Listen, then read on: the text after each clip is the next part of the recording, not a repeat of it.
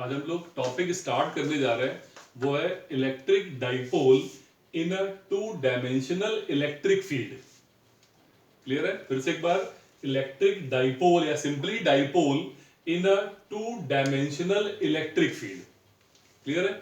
इससे पहले हमने जो टॉपिक स्टार्ट किया था उसमें हमने स्टार्टिंग में पढ़ा था what is electric dipole. Clear है? सबने लर्न कर लिया होगा।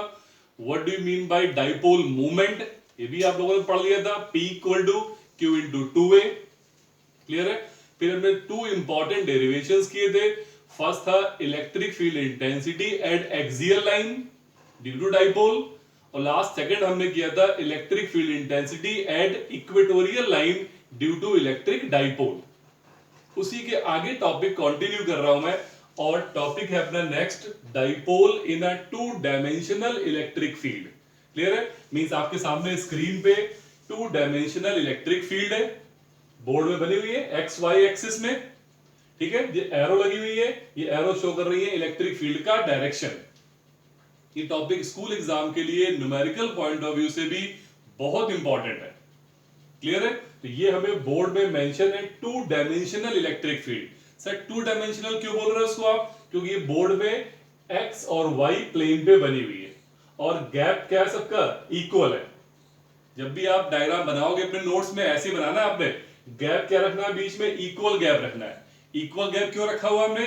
बिकॉज लिखा हुआ है two dimensional uniform electric field है बेसिकली। यह dipole in a two dimensional electric field, और you can say uniform electric field. जो गैप है वो हमें यही बता रहा है कि फील्ड कैसी हमारी यूनिफॉर्म फील्ड है। क्लियर है? इसलिए गैप को हमें इक्वल रखना है, क्या शो करने के लिए कि फील्ड कैसी है? यूनिफॉर्म फील्ड है। डन।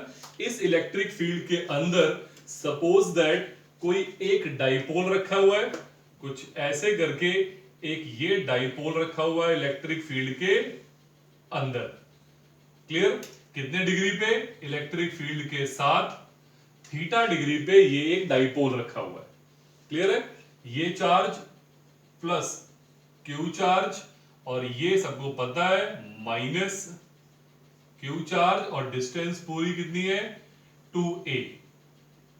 तो ये हमारा एक इलेक्ट्रिक डाइपोल दिख रहा है आपको। क्लियर है? चार्ज कितना है उसमें? Plus Q and minus Q. Length कितनी डाइपोल की? 2a, और वो इलेक्ट्रिक फील्ड के साथ थीटा डिग्री पे रखा हुआ है। क्लियर है? तो अगर आपसे बोला जाए कंसिडरेशन लिखनी है आपने, एजम्पशन कैसे लिखोगे आप? Consider an electric dipole having charge minus q and plus q of length 2a। Clear है? Placed in a uniform two dimensional electric field of intensity E and at an angle theta. Clear है? Done. एक dipole minus q plus q, उस पे charge uniform electric field के अंदर theta degree पे रखा हुआ है। डन। हमें निकालना क्या है? हमें निकालना है इस डाइपोल पे लगने वाला टॉर्क। इस डाइपोल पे लगने वाला टॉर्क हमने निकालना है। डन। कैसे चेक करते हैं? सबसे पहले ये चार्ज कौन सा है? Plus Q charge. और आपको मैंने फर्स्ट लेक्चर में बताया था, जब मैंने इलेक्ट्रिक फील्ड टॉपिक स्टार्ट किया था, वहां मैंने आपको बताया था पॉजिटिव चार्ज पे लगने वाले फोर्स की डायरेक्शन हमेशा होती है इलेक्ट्रिक फील्ड के अलोंग। क्लियर है? तो इस चार्ज पे जो फोर्स लग रहा है उसकी डायरेक्शन कुछ इस तरफ होगी इलेक्ट्रिक फील्ड के अलोंग। कितना फोर्स होगा सबको पता है, F equal to Q into E. मैं फिर से बता रहा हूं, चार्ज कौन सा है? Plus Q. फील्ड क्या है? E। तो फोर्स कितना होगा उसमें? Q इंटू ई। इस फोर्स की डायरेक्शन क्या होगी? इलेक्ट्रिक फील्ड के अलोंग। ये रूल मैंने आपको पहले बताया था। क्लियर है? अगेन ये चार्ज कौन सा है? Minus Q charge. क्लियर है? क्यू चार्ज, फील्ड कौन सी है? E। इस पे भी फोर्स कितना होगा? Q इंटू ई। लेकिन चार्ज कैसा है ये चार्ज है कैसा? नेगेटिव चार्ज है। मींस इस पे लगने वाले फोर्स की वैल्यू तो सेम होगी, कितनी? Q इंटू ई। लेकिन डायरेक्शन क्या होगी इसकी? इलेक्ट्रिक फील्ड के अपोजिट। डन। तो इस चार्ज पे भी फोर्स कितना लगेगा? Q इंटू ई, लेकिन इसकी जो डायरेक्शन है वो कुछ ऐसे होगी, मींस इलेक्ट्रिक फील्ड के अपोजिट। क्लियर है? डन। तो प्लस क्यू चार्ज पे फोर्स कितना लग रहा है, QE इलेक्ट्रिक फील्ड के अलोंग, माइनस क्यू चार्ज पे भी फोर्स कितना लग रहा है, QE, मैग्नीट्यूड सेम है लेकिन इसकी डायरेक्शन क्या है, इलेक्ट्रिक फील्ड के अपोजिट। क्लियर यहां तक? डन। तो इस डाइपोल के प्लस क्यू चार्ज पे एक फोर्स है इलेक्ट्रिक फील्ड के अलोंग, दूसरा फोर्स है Q into E electric field के अपोजिट। डन। अब अगर आप ध्यान से चेक करो तो ये QE और ये QE दोनों फोर्स के मैग्नीट्यूड क्या है, सेम। ये बहुत इंपॉर्टेंट पॉइंट है, बहुत ध्यान सुनना। दोनों फोर्सेस के मैग्नीट्यूड सेम है लेकिन डायरेक्शन क्या है इनकी, opposite, and line of action भी क्या है इनकी, डिफरेंट। सबसे important point, magnitude same, direction opposite, but line of action क्या है इनकी, different. Sir line of action क्या होती है, एक फोर्स लग रहा है इस लाइन में, एक फोर्स लग रहा है इस लाइन पे। और आपको पता है ऐसे टू फोर्सेस जिनका मैग्नीट्यूड सेम हो, डायरेक्शन अपोजिट हो और लाइन ऑफ एक्शन डिफरेंट हो, ऐसे फोर्स मिलके बनाते हैं कपल या कपल ऑफ फोर्स। क्लियर है? और ये कपल या कपल ऑफ फोर्स इस डाइपोल को करेगा रोटेट। कैसे? ऐसे करके इसको, इस डाइपोल को ये करेगा रोटेट। क्लियर है? और जब भी आपको अच्छे से पता है, जब भी डाइपोल होगा रोटेट तो उस पे लगेगा एक टॉर्क। क्लियर है? जब भी डाइपोल रोटेट होगा तो उस पे लगेगा एक टॉर्क, उसी टॉर्क का आपने एक्सप्रेशन निकालना है। क्लियर है? मैं आपको फिर से सारा समझा देता हूं। एक डाइपोल है, minus Q charge plus Q charge, uniform electric field के अंदर थीटा डिग्री पे रखा हुआ है, लेंथ है इसकी 2a। क्लियर है? एक चार्ज है प्लस क्यू, एक है माइनस क्यू। प्लस क्यू पे फोर्स QE इस तरफ, माइनस क्यू पे फोर्स QE इस तरफ। दोनों फोर्स के magnitude same, direction opposite, line of action different. जब लाइन ऑफ एक्शन डिफरेंट है, ठीक है, मैग्नीट्यूड सेम है, डायरेक्शन अपोजिट है, ऐसे फोर्सेस मिलके बनाते गए कपल ऑफ फोर्स। ठीक है? और कपल ऑफ फोर्स हमेशा क्या ट्राई करेगा, इस डाइपोल को रोटेट करवाने के लिए। और जब भी ये डाइपोल रोटेट होगा तो उसमें प्रोड्यूस होगा टॉर्क, और वही टॉर्क आपने अब निकालना है। क्लियर है मेरी बात? डन। ठीक है, तो हम निकालने जा रहे हैं टॉर्क। क्लियर? तो मैं लिखा टॉर्क ऑन डाइपोल। क्लियर है? हमें निकालना है डाइपोल पे लगने वाला टॉर्क। क्लियर है? उसके लिए आपने क्या करा, उसके लिए आपने क्या करा, यहां से एक परपेंडिकुलर ड्रॉप किया, यहां से आपने ये एक परपेंडिकुलर ड्रॉप किया, और यहां से आपने इसको ये ज्वाइन कर दिया। क्लियर? ये आपने इसको ये ज्वाइन कर दिया। डन। ये नेमिंग करते हैं, ये पॉइंट A मैंने डाल दिया है, ये पॉइंट B है, और सपोज दैट ये पॉइंट मैंने डाल दिया है C। क्लियर? ये एंगल थीटा है तो ऑब्वियस सी बात है ये भी एंगल कितना होगा, थीटा। चेक कर लो आप लोग, यहां से परपेंडिकुलर ड्रॉप किया, यहां से इसको ज्वाइन किया, ये थीटा एंगल है तो ये भी कितना हो जाएगा, थीटा। डन। अब हमें निकालना है टॉर्क, और आपको अच्छे से पता है टॉर्क का फॉर्मूला हमने पढ़ा हुआ +1 में, वो था tau equal to magnitude of either force into perpendicular distance between couple of force. Clear मेरी बात? टॉर्क का फॉर्मूला क्या था, magnitude of either force, means ये QE है, ये QE, इनटू दोनों फोर्स के बीच की परपेंडिकुलर डिस्टेंस। तो क्या आएगी देखना है यहां पर, tau equal to magnitude of either force कितना है पता है आपको, QE मैग्नीट्यूड है, इनटू इंपॉर्टेंट पॉइंट है ये, इनटू इन दोनों फोर्सेस की, ये एक फोर्स है और एक ये फोर्स है, इन दोनों फोर्सेस के बीच की ये क्या दिख रही है हमें, परपेंडिकुलर डिस्टेंस। कौन सी, AC। तो कितना आ गया, QE इंटू AC। डन। या फिर टाउ इक्वल टू QE ऐसे लिख लिया हमने, इंटू हमें अच्छे से पता है, अगर डायग्राम चेक करो आप तो cos theta equal to cos theta में तो बेस आ जाएगा। डन, हमें तो बेस निकालना नहीं, हमें तो परपेंडिकुलर निकालना है, इसलिए हम यहां पर क्या लेंगे, साइन थीटा। मैंने इसीलिए पहले cos लिख करके ट्राई किया, ठीक है, ताकि आपके समझ में आ जाए हमने साइन ही क्यों लिया है। साइन क्यों लिया हमने, because sine theta equal to क्या बन जाएगा, परपेंडिकुलर, मतलब A C over A B.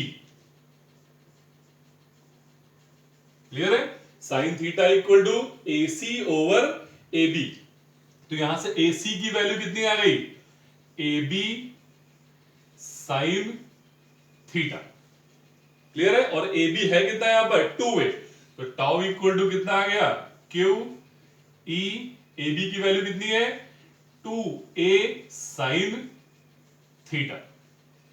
Clear है, again tau equal to Q into 2a को हमने एक साथ लिख लिया, into E into sine theta. Clear, done.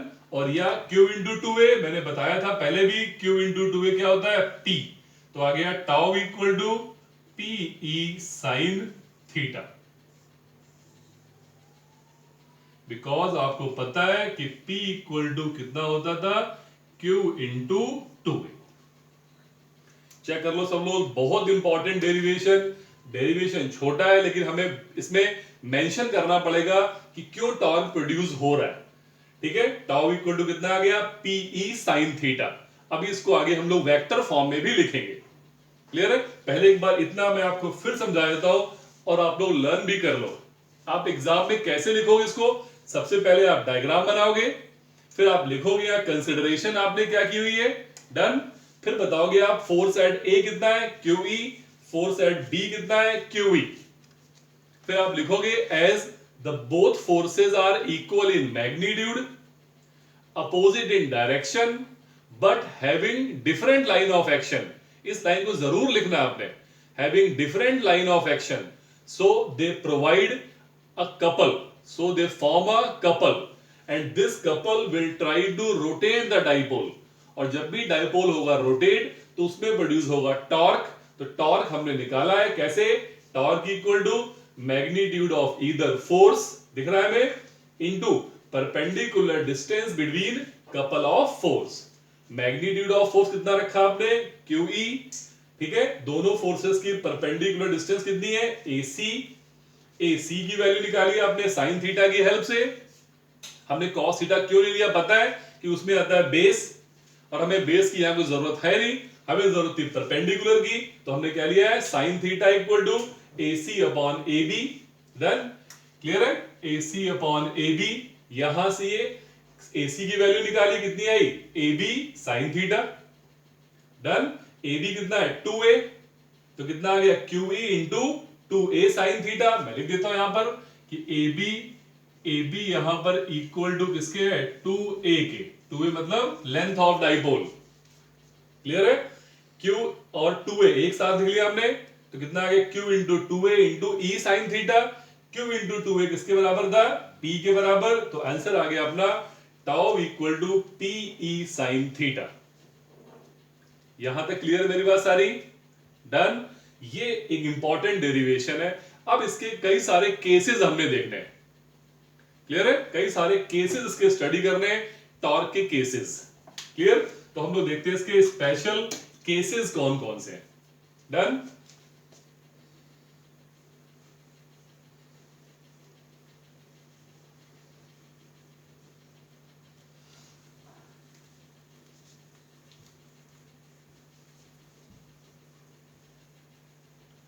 अब हम लोग बात करने जा रहे हैं स्पेशल केसेस की।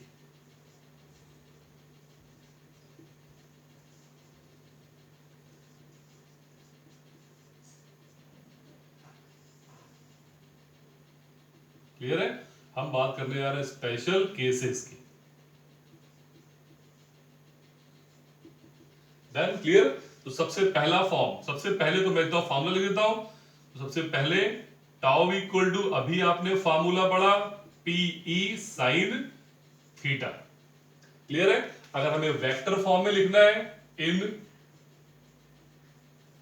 Vector form clear? यही फॉर्मूला बन जाएगा tau equal to P cross E. Important point है क्योंकि आपने +1 में पढ़ा है A cross B equal to होता था ए बी साइन थीटा, तो यहां लिखा है पीई साइन थीटा, तो क्या बन जाएगा tau equal to P cross E.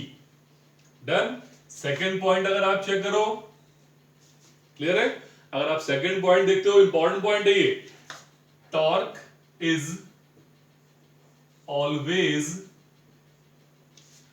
Perpendicular to P and E। Important point है ये, टॉर्क हमेशा क्या होगा, P और E दोनों के परपेंडिकुलर।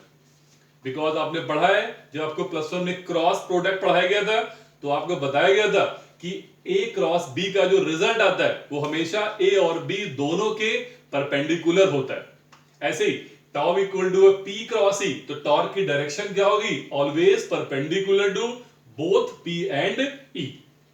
क्लियर है?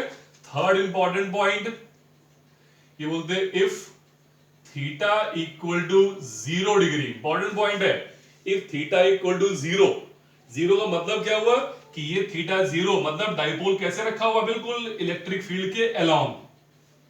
तो जब भी लिखा हो थीटा 0 है, आप तुरंत समझ जाओगे कि डाइपोल कैसा रखा है, इलेक्ट्रिक फील्ड के अलोंग। मैं बार बार बोल रहा हूं, कहीं भी लिखा हो dipole is parallel to electric field, dipole is along to electric field, understood है कि थीटा की वैल्यू कितनी है, 0।